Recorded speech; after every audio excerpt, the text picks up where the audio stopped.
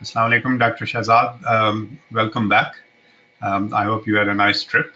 You can start when you're ready, sir. Thank you. Bismillah ar-Rahman ar-Rahim, my dear participants. I was away for 3 weeks, and I hope you had a good time with one of our substitute teachers, who is also my senior colleague, Dr. Khalid Zahir. We're resuming from today, and looking at the circumstances that we are just about a couple of days away from Ramadan, I thought we'll have a short talk on what Ramadan is, what it stands for, its philosophy, and also the reason that we fast, and also the reason that the month of Ramadan has been chosen for the month as a month of fasting. So the starting point of this is that we must understand that as far as fasting is concerned, the question that arises in our minds is that why is it that the Almighty has chosen a month in which He has actually forbidden us to fulfill our carnal desires, to fulfill eating, to abstain from eating, and to abstain from our carnal desires, of course, and drinking as well. So, if we understand this notion, we'll be able to communicate it to the younger generation, and also the philosophy behind fasting is something which, instead of being imposed upon our younger generation and people who might be new to this religion, it will do us a lot of good if we understand the reason why we fast, and of course the reason will make us propel us towards this very significant fasting ritual of Islam. So I often discuss this aspect at the very outset, and that is that as human beings, we have two planes of existence. We have a spiritual existence and we have a material existence. In other words, we have a soul, we have a body. So, in most parts of the year, when we are not fasting, our material existence, our physical existence, is generally overpowering our spiritual existence. It's like gripping it from above and not letting it come out of its grip. So, in this 1 month of Ramadan, what happens is that this material grip of the physical body is loosened. In fact, it's unshackled, so that the spiritual being, which is inside us, is made to grow, and it is able to nourish itself from the various aspects, which, of course, we're going to discuss while we'll discuss fasting later on.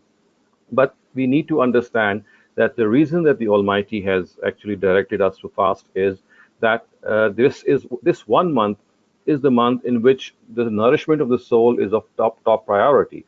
And during the most parts of the year, since our material existence is overpowers our spiritual existence, and what happens is that our material existence, which of course includes our carnal desires, it includes drinking, it includes eating, all these things get the better of us, and the spiritual part of our existence actually is subdued by the material part. So in this 1 month, this material part is made to come off the spiritual part which it was gripping, so that the spiritual part is able to grow. So this is the philosophy of fasting. And of course, if we had been only mere body, it would not have been required, because to fulfill the needs of the body, we need to eat, we of course need to drink. But since we are not mere body, we are not mere physical existence, we also have a spiritual existence, we have a soul. So basically, fasting is a month in which we nourish the soul, in which we nurture the soul, in which we make it grow by leaps and bounds. Of course, during the other parts of the year, this also happens. But in this special 1 month, this growth of the soul increases exponentially if we really give it time, and if we really understand the reason and the philosophy because of which we fast. The second thing that I'd like to convey regarding fasting is that the month of Ramadan has been chosen for fasting because we know from the Quran itself that it was in the month of Ramadan that the Quran began its revelation.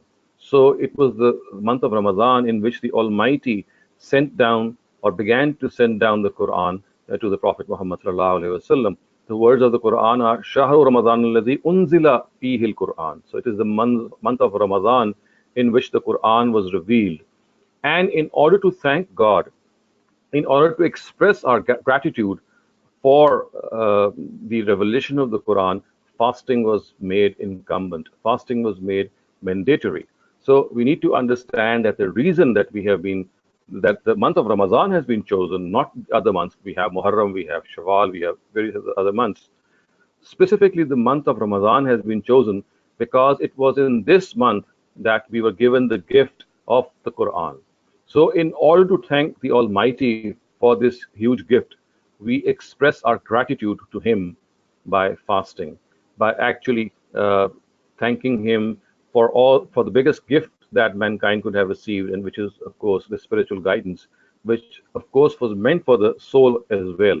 So, this spiritual guidance, which is the Quran, is the biggest nourishment of the soul, and hence you can realize that one of the greatest uh, avenues in which we should spend Ramadan, in which we should spend our fasting time, is to get acquainted as much as possible with the Quran.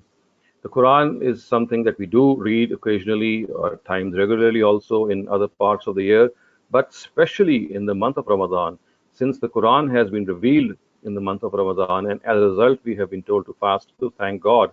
So, therefore, it is all the more reason that we take out more time than we used to give ordinarily in our previous months, especially to study the Quran in various ways. And these ways can be numerous. We need to understand the Quran through a good translation. Again, another thing that is very recommended in this part of the year or in this month is that if we are able to memorize some surahs of the Quran, so that in our prayers we can read those surahs, and of course, this will also become a very weighty and it will become very instrumental in lightening up our prayers and making us more involved in our prayers, because we will be reading various portions of the Quran, and this would give us incentive as well. The third point that I'd like to stress here is that the word Psalm in Arabic has a very significant meaning, and this will actually tell us that the reason that the word Psalm has been adopted for this particular ritual. In Arabic, the word Psalm or the Psalm is used for a horse who is kept hungry and thirsty in order to train and instruct him. So this condition of a horse in which it is made tough, it is made resilient by depriving it of thirst and depriving it of food, is was the general training of the horses which Arabs used to train in their times. So the reason that this word has been adopted is that people need to understand that it is the same exercise which they are made to go through by being deprived of food and drink, and therefore they are the ones who, by undergoing this workshop, are made tougher in life. They are made more stronger in life. They are made more resilient to the various aspects of life. Now, we also know that the Quran has specially alluded to the fact that the purpose of the fast is to produce taqwa in ourselves. So the Quran says, "Ya ayyuhalladhina amanu kutiba alaykumus siyam kama kutiba alal ladzina min qablikum la'allakum tattaqun." So believers, fasting has been made obligatory for you, mandatory upon you, just as it was made for the earlier nations. And the reason is لَعَلَّكُمْ تَتَّقُونَ, so that you may become virtuous, you may become pious. So how does the fast, or how does this purpose of piety achieve through the fast? Now, we understand that the greatest manifestation of this piety is that we should always hold ourselves accountable before God, and we should always have this feeling that one day we shall be held accountable before the Almighty. Now, what happens is that when we are fasting, none of us, in spite of the fact at times we would be hidden from the eyes of various people, we never consume food, we never drink, even when we are alone. Why? Because we know that God is watching us. So, this sense of accountability should prevail on us regarding other aspects of life as well. So, the way in which fast produces this taqwa in us is that just as during the fast we do not consume milk or anything or any drink or any food, even when we are alone, because we think that God is watching us. So the purpose is that this watching of God, this observing of God, should be made a more visible reality in other aspects of life as well. And if we are able to do that, then believe me, we are on the right road towards gaining this all important virtue of taqwa or piety. And hence, this is something which can be very, very conducive to us. And the second way in which this piety is produced is that the fast instills patience in us. The biggest thing that fasting produces in a human being is that he or she becomes patient. He or she understands that life is not all the way we want it to be. There are so many significant things that do not go the way we want them to go. So therefore, we need to understand that this is basically achieved through this patience in us that the fast instills. So I can say with reasonable certainty that two things through which the fast actually fulfills its objective of producing piety in us. One of them is that during the fast, we make ourselves accountable before God and we do not consume food thinking He is watching us. And therefore, this feeling has to prevail. It has to extend to other areas in life as well. When we are doing something bad, we must always realize that God is watching us. So, this is how piety is instilled in us. And the second thing that is important for instilling piety is patience. When one cannot be a righteous person, one cannot be an upright person unless he or she has this element of patience and perseverance, patience in the face of troubles, patience when adverse circumstances face us. And we know that fasting is something which instills in us this tremendous resilience and this tremendous steadfastness that, in spite of wanting to fulfill our carnal desires and our other physical desires, we do not do so at the behest of the Almighty.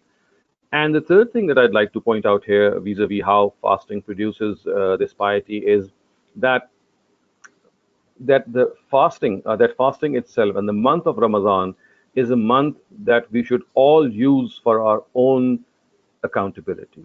And we know that the Prophet Muhammad ﷺ has said, Man sama Ramadanan imanan wa ihtisaban ghufira lahu ma taqaddama min zambihi.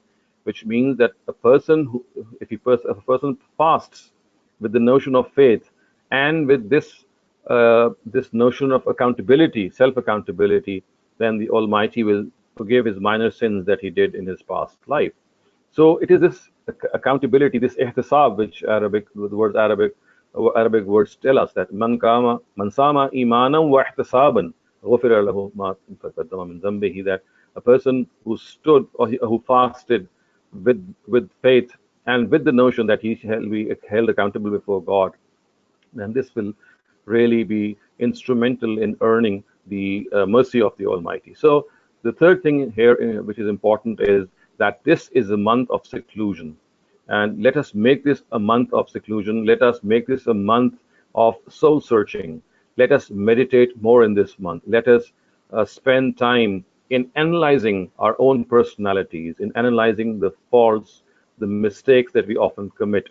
And this is no better workshop, no better time than to realize and to gain from this by actually counting and evaluating what we normally do wrong, or what bad habits we have. And we should be very, very harsh in this self-accountability. Because if we have to improve in life, if we have to become better individuals in life, then this is the only way out. We have to hold ourselves accountable. Instead of finding faults in others, instead of peeking in the affairs of others, instead of meddling in the affairs of others, what is actually required is that we peek into our own selves. We peep into our own personal inner thoughts and feelings and find out how we are behaving, how we are faring. So Ramadan is a month of accountability, and this accountability is something which is best done when we seclude ourselves, when we are in quiet seclusion from others. That we need to understand that we need to evaluate our personalities, we need to evaluate our daily routines.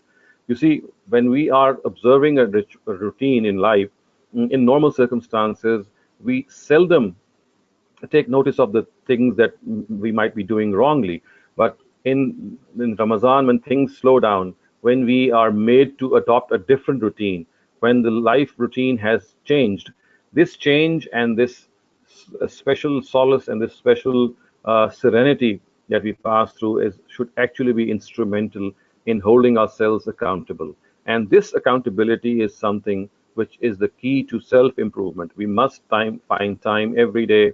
Of course, this should be all the time in the year, but especially in Ramadan, we must make a list of bad habits that we have, and in this ascending order, writing, for example, the weakest bad habit, or the bad habit that we can overcome more easily, should be written at the top, and then subsequently in the ascending order, other things that we want to improve upon should be written perhaps on a piece of paper or our own cell phones or on a laptop, and then effort should be made to at least try to get rid of a couple of these bad habits that we have. And it, of course, will not go away. They will not go away immediately.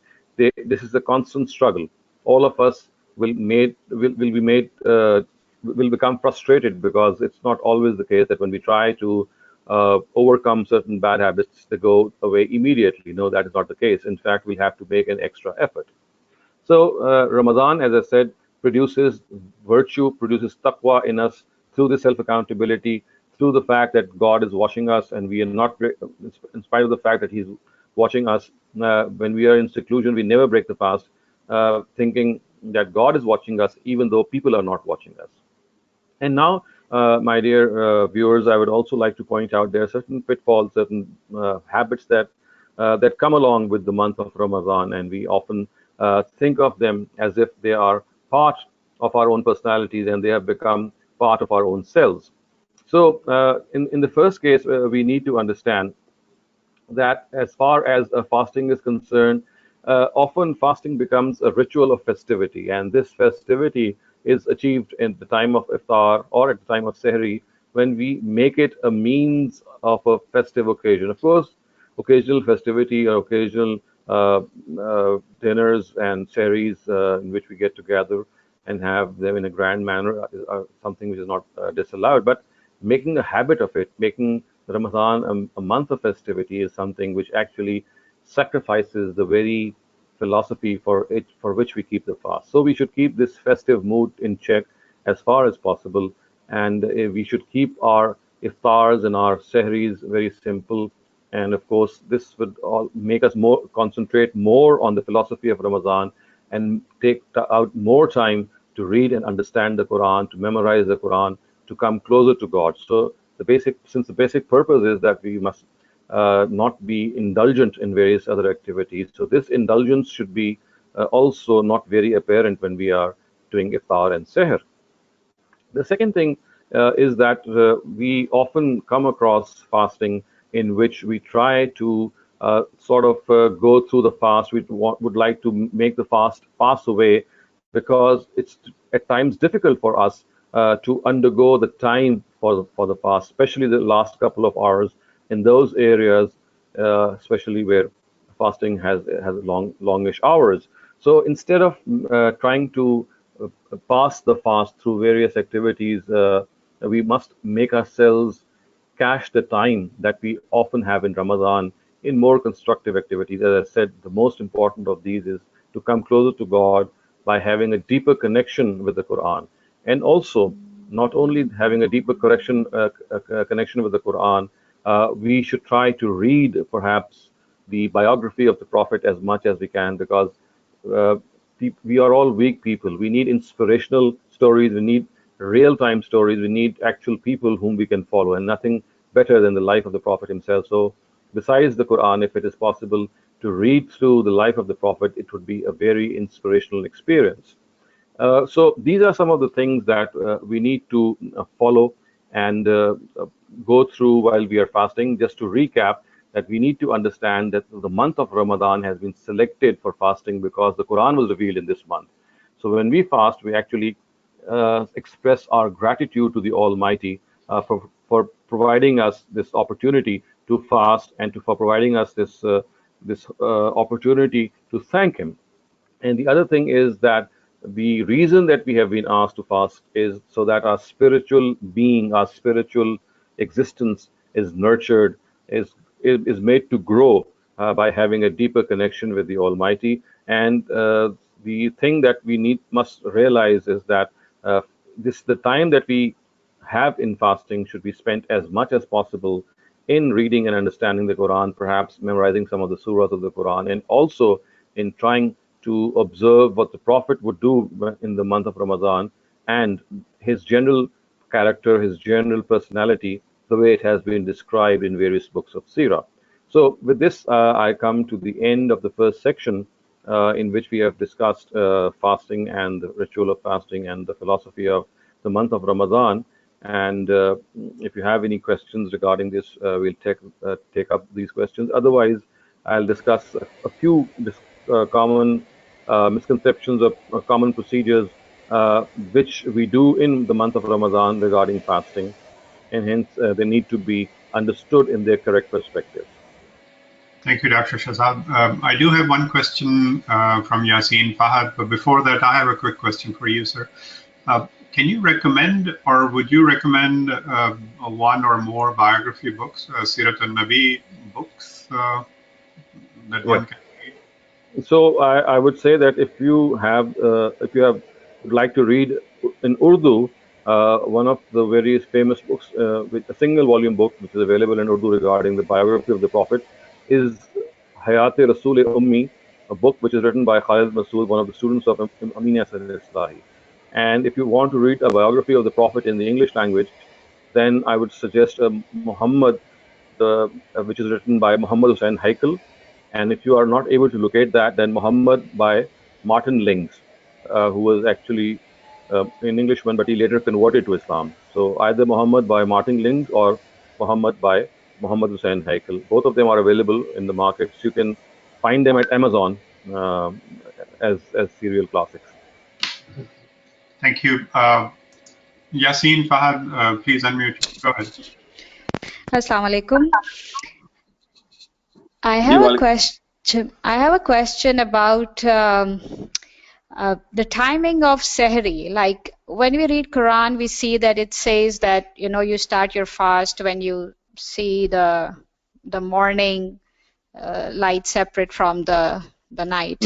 However, when we get those schedules from the mosque, the Sehri end time is like it's very, very dark outside when the end time is there. So I always had a question about it. Like I never understood, is it just because we are not able to see it with our naked eye that okay, there is some dawn light somewhere on the horizon? Is that the reason, or like I don't know if you can just explain that? Yes, precisely it's the same reason. But when we are living in cities, the horizon is not very apparent. So the start of Sehri is basically at the crack of dawn.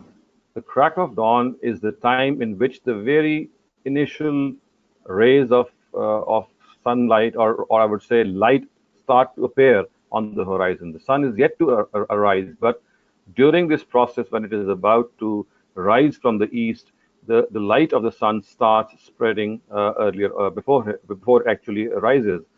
So the crack of dawn is the time when the Sehri begins, and this crack of dawn is not generally witnessed in cities in which we have a lot of pollution.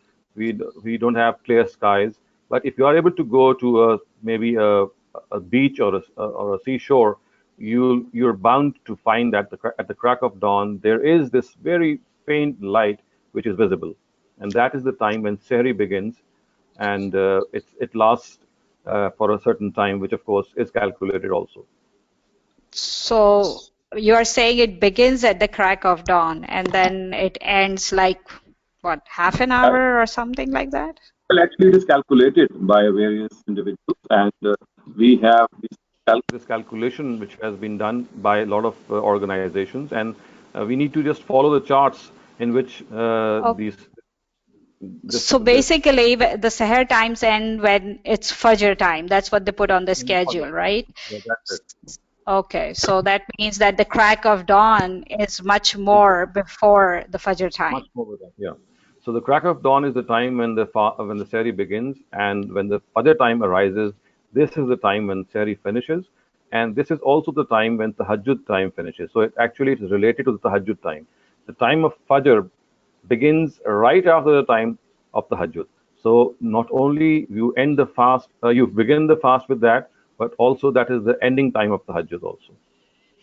And then when we see the sunlight, like the sunrise, it is even like 1 hour and pretty much 45 minutes after the Fajr time. That's on the schedule. That's it. So, okay. Basically, that is the Thank, sunrise time, and yeah. the time of Fajr lasts till sunrise, a couple of minutes before sunrise. Okay. Thank you. Um, Thank you, Dr. Saab. I have no other questions, so please continue. Okay, so now I'll take up some of the misconceptions that is often the pattern. And since we are dealing or we are concerning ourselves more to the month of Ramadan, so let me discuss some of the misconceptions or some of the areas which we need to be aware of regarding various aspects of fasting and various aspects of Ramadan. Now, the first thing that we need to understand is the phenomena of moon sighting. Now, often we are made aware of the fact that unless we sight the moon from the naked eye through a telescope, or of course through seen through a telescope or through any other means, only then we should announce Ramadan or end Ramadan and announce Eid. So, visually sighting the moon through a telescope, through any other scientific means, is sort of made an incumbent upon us. However, if we collect all the narratives of the Prophet Muhammad sallallahu alaihi wasallam, of course, I'm not going to go into details. I can refer you to some of the articles. The picture which emerges is entirely different, and from that picture, we can easily see that it was never the intention of the Prophet to make us observe the moon and then begin Ramadan. The moon was the only possibility in those times through which a new month's beginning could be calculated. And hence, it was this that was referred to. Otherwise, as far as moon sighting is concerned, as far as the beginning of the month of Ramadan is concerned, moon sighting is not something which is made incumbent or made mandatory. The real thing is that we can have any scientific calculation through which we are reasonably sure through which we can actually tell ourselves or calculate that the beginning of Ramadan or the beginning of the next month has started. And similarly, the end of that month is also, if it can be calculated scientifically, as is the case these days. There are scientific charts which are published throughout the world, especially Saudi Arabia has published its own charts. At times, it even corrects those charts through visual sighting if there is some error. But more often than not, in the last many years, this beginning of Ramadan and the ending of Ramadan, in fact, the beginning of every lunar month and the ending of every lunar month can simply be calculated. And visually sighting the moon through a telescope or through any other means is something which is not at all necessary, or something we might think that it has been made incumbent upon us by the Prophet. Now, the second thing that I'd like to point out here is that as far as certain areas are concerned in which there are extreme hours of fasting. For example, we know that in certain parts of Scotland, in parts of some certain Scandinavian countries, there is a 22-hour fast, which is virtually at times very, very difficult to observe consecutively. Although people still observe, some of the people that I know there, in fact, many of the people there, they do observe it. But if there is any problem with not being able to observe the fast in such extreme conditions, and this is not just the case with ours, at times this is also the case with the heat intensity. We know that at the equator and in certain other areas where people are made to work in the heat of the sun, for example, the laborers, people who are building houses or doing work on mines or other similar things which involve them going out in the heat of the sun. So these are extreme conditions in which at times it's not always possible to observe consecutive fasts. So The Quran has given us a way out in this, and it says that if a person is sick or is traveling, although it's pointed out just two areas, but we can easily see that the two major areas in the times of the Prophet were these two, that if ever fasting, if ever we were traveling or we were sick during the month of Ramadan, we were given this exemption from the fast, and we have been told by the Quran that we can make up these fasts in later months. And if we miss these fasts because of a journey or because of falling sick, we are allowed to do so. And in some other part of the year, when we are now fully aware and fully well, we can make up that fast.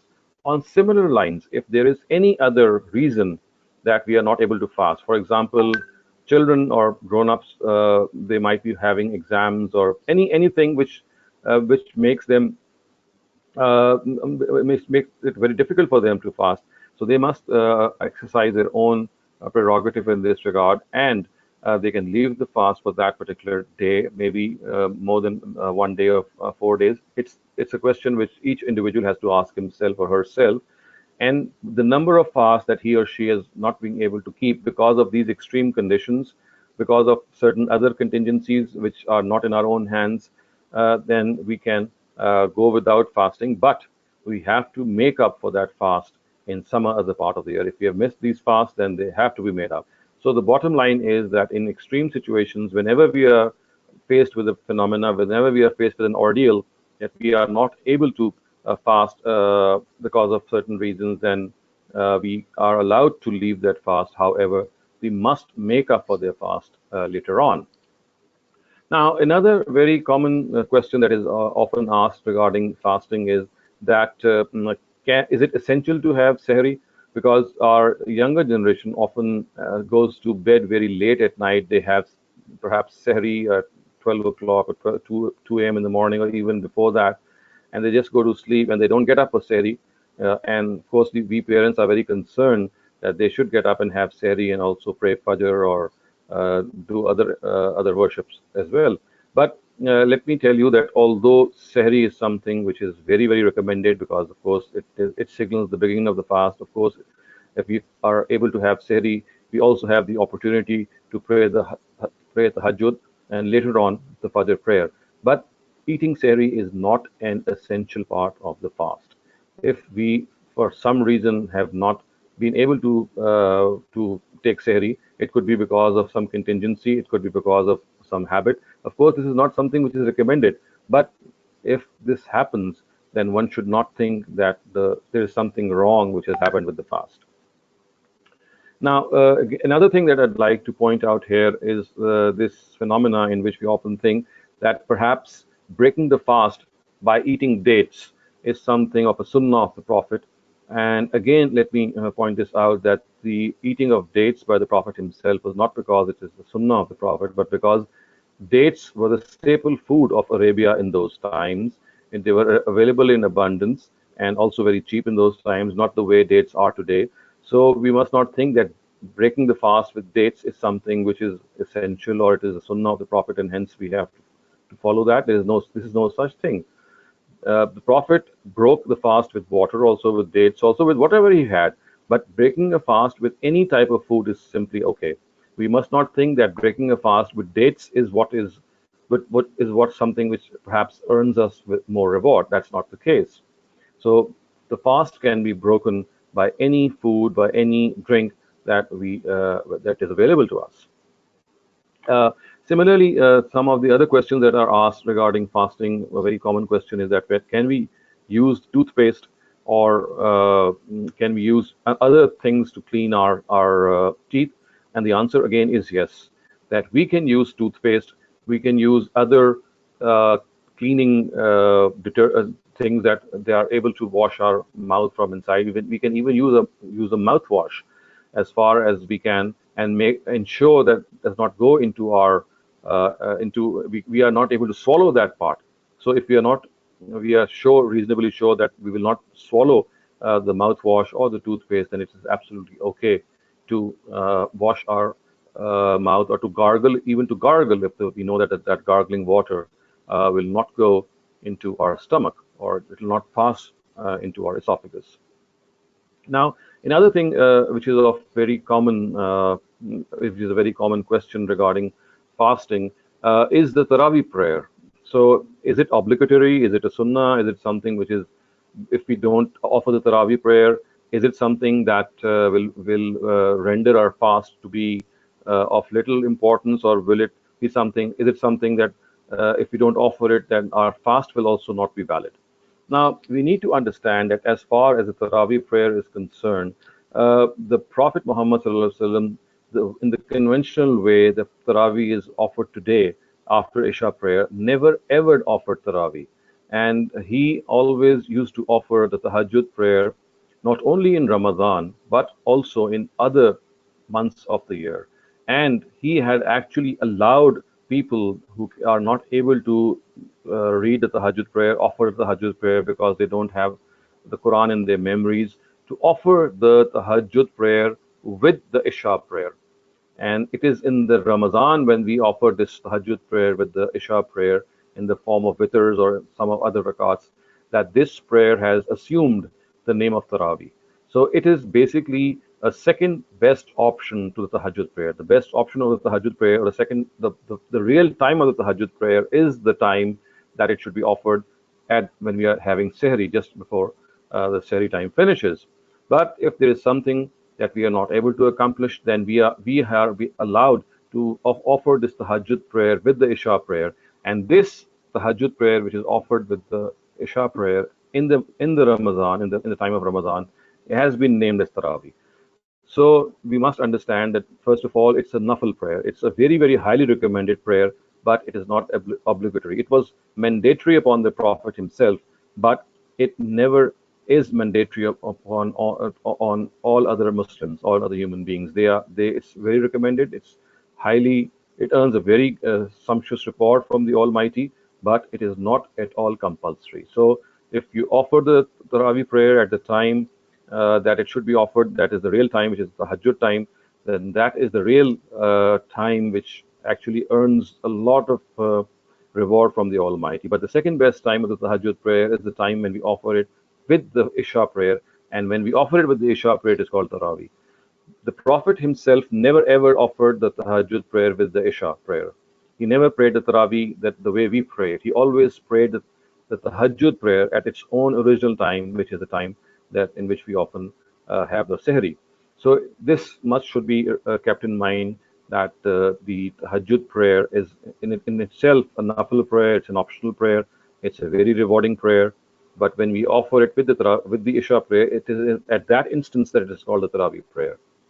And hence, it is something that if we are able to do, well and good, it will be something which will be responsible for our own spiritual development. But if we are not able to do it, we should not think that our fast has been invalidated or there's something wrong with our fast. No, fasting has nothing to do with offering the Taraweeh prayer. It's complete when we actually abstain from what we have been told to from dawn to dusk. So these are some of the areas in which I wanted to point out some of the things regarding Ramadan and the philosophy of fasting, and some of the common questions which originate regarding fasting. I can now open up the floor, and if you have any general questions regarding today's topic or any other question that you might have, you're most welcome now. Thank you, Dr. I have a question from Amir Khan Saab. He's typed it up, and he says, if a person is diagnosed with a temporary medical condition, an example given is kidney stones, which requires him or her to drink water all day or at regular intervals all day, what would be the advisable way? Try to fast until he experiences any issue, kafara, or wait until the condition is cured or relieved and make up, or the combination of last two, kafara and then make up. I think in this regard, the best way to go about observing the fast is to consult a doctor. If a doctor advises that one should abstain from fasting because of our body condition, because of our physical condition, then we should defer the fast and till the time that we get well. And if there is some terminal form of sickness that there is no chance of getting well, then of course we should pay the fidya, not the kafara, but the fidya. And the fidya, of course, of a fast is that you are able to make someone else break the fast. So that is the fidya of one fast that is missed. Of course, for that missed fast, about which we are sure that we'll not be able to keep it ever again. But I would say the final say should go to the doctor if he thinks that we should not fast at this in this condition.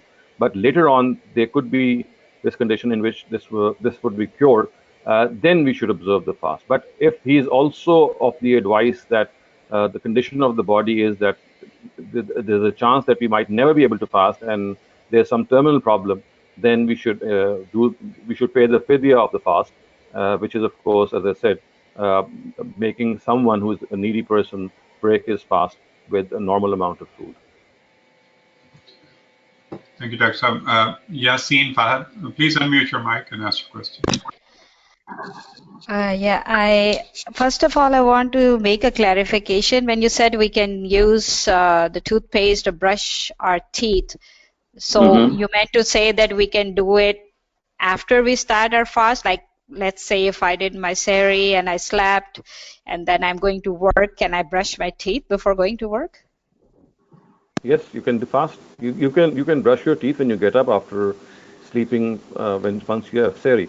Because if you are reasonably sure that if you are pretty sure, because I know we observe this in every Ramadan, that the toothpaste stays in the mouth or the mouthwash stays in the mouth, it does not regurgitate or go into our esophagus, which is the food pipe. Then there is no harm. There's absolutely nothing wrong if we brush our teeth or rinse our mouth with some mouthwash. Okay, so but then normally my understanding is people say that the smell that comes from the mouth of a person who is fasting is very much liked by Allah subhanahu wa ta'ala. So I think people don't really take care to do anything to keep their fresh breath, although I think it does becomes a problem when you're working and you're talking or interacting with other people.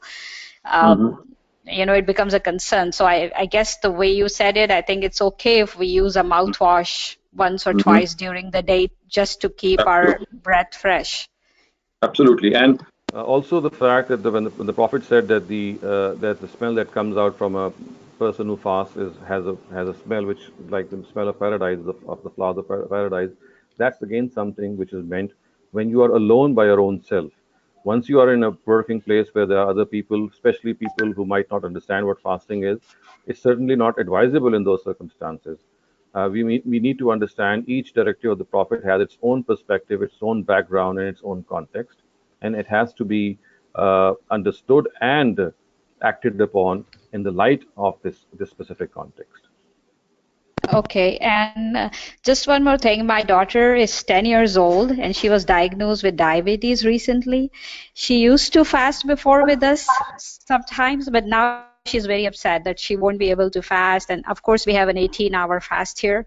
So, what can I tell her to ensure her that she will still get the rewards that come for the month of Ramadan, and what things she can do to get the same reward as she would have done when she fasted with us? Like, if you can just give some ideas. Well, you need to tell her that the Almighty asks us to follow directives according to our own capacities. Whenever we are sick, whenever we are unwell, He gives us this concession. So when she is not fasting, it is not that she is disobeying the Almighty, it is that she is actually benefiting from the concession which the Almighty has given to people who are not able to fast because of any sickness.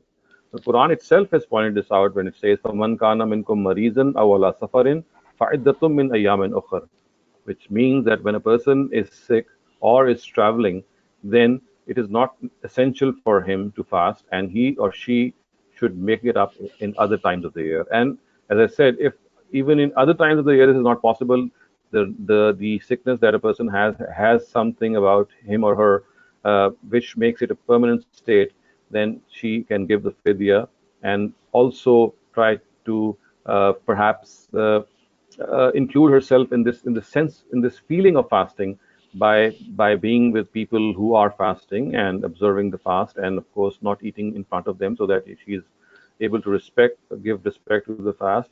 But other than that, she must realize that this is a concession that the Almighty has given. And of course, there are other rituals, like, for example, praying or reading the Quran or charitable acts, which, of course, are always available to her. And maybe she can make up this by putting in more effort in some of the other rituals. Okay, and does the Vidya gives her the same reward as she fasts? Yes, that's it, because fidya is basically a compensation, or it's like a atonement, or it's like something that you would like to do instead of the fact that you're fasting. So it's like a replacement, it's like a substitute. Of course, it is something which does not.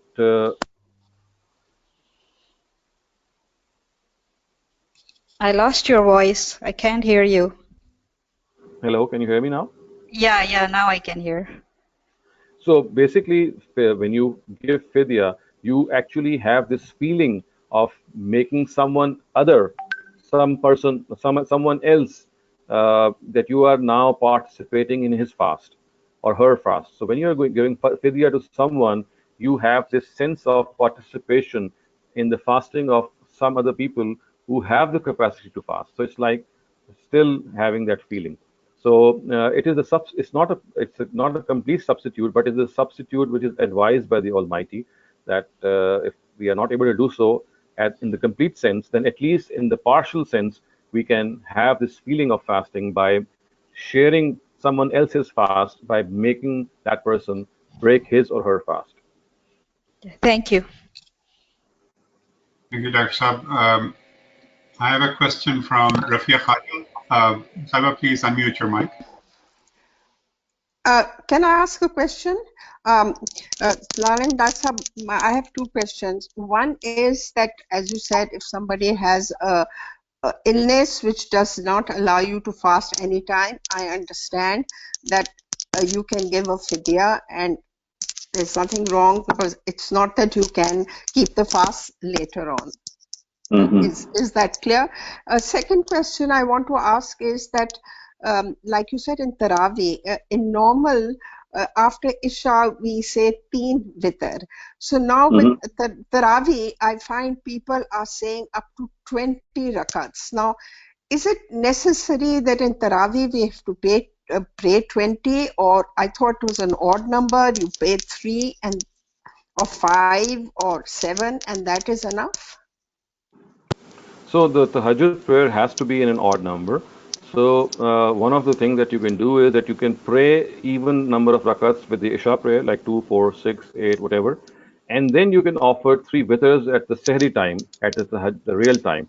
So that in that way, you'll be able to complement the Taraweeh prayer, which is offered at the time of Isha, which is in fact the tahajjud prayer, and then complete that tahajjud prayer with the odd number of rakats at the time of tahajjud.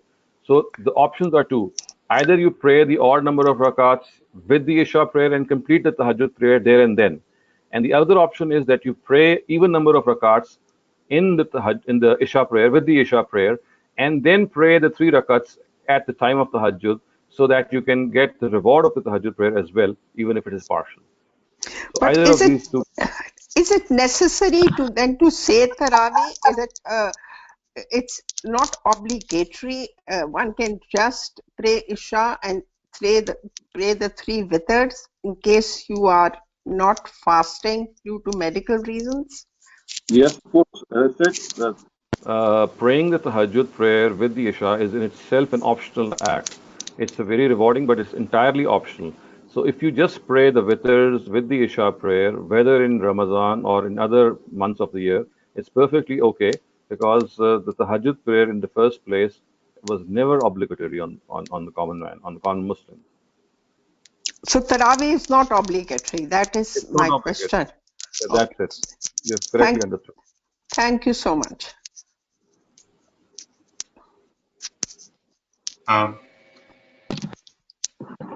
That's all the questions I have.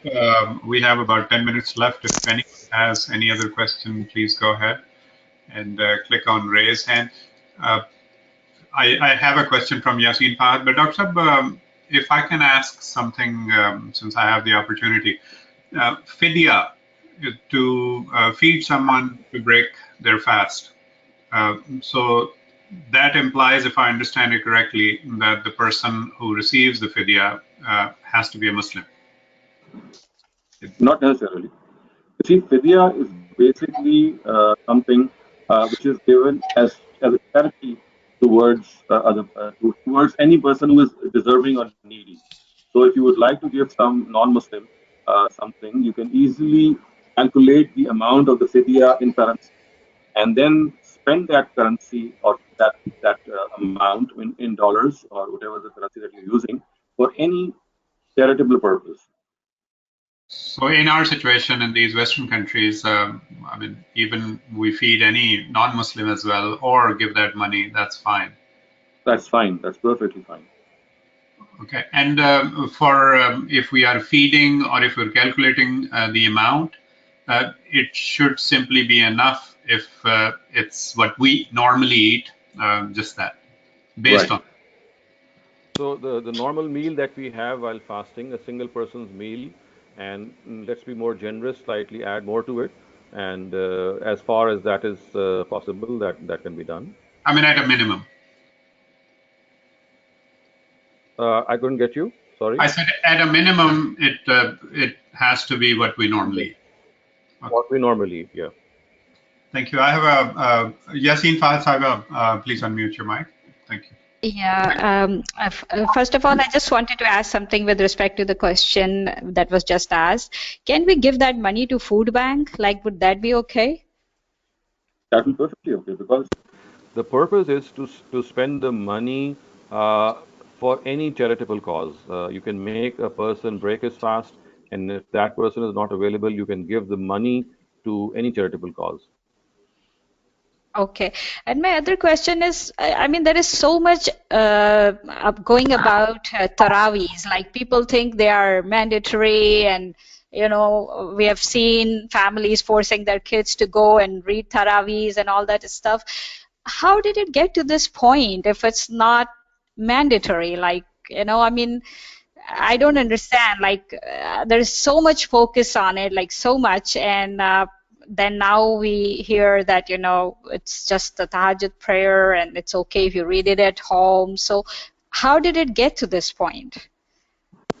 Well, the reason is that generally the Hanafite fiqh is followed in India and Pakistan, and most of the expatriate community in the US, in the UK, and other parts of the world is generally from Pakistan or India or Bangladesh. Here we follow the Hanafi fiqh, and in the Hanafi fiqh, the Hanafites think that the Tahajjud prayer is a wajib prayer, or sorry, the Taraweeh prayer is a Sunnat Muakkada, which should not be left out. To them it's a very essential part of the fast as well. So it's the Hanafite interpretation which has taken the better of us, and we, instead of finding out what exactly the Prophet did or what other Imams of fiqh did, we have stuck to the Hanafite interpretation. And since, according to the Hanafites, this is of a very significance that we have to offer the Taraweeh prayer at the time of Isha, that this notion has arisen that it is very essential that we must offer the Taraweeh, otherwise our fast will not be up to the mark.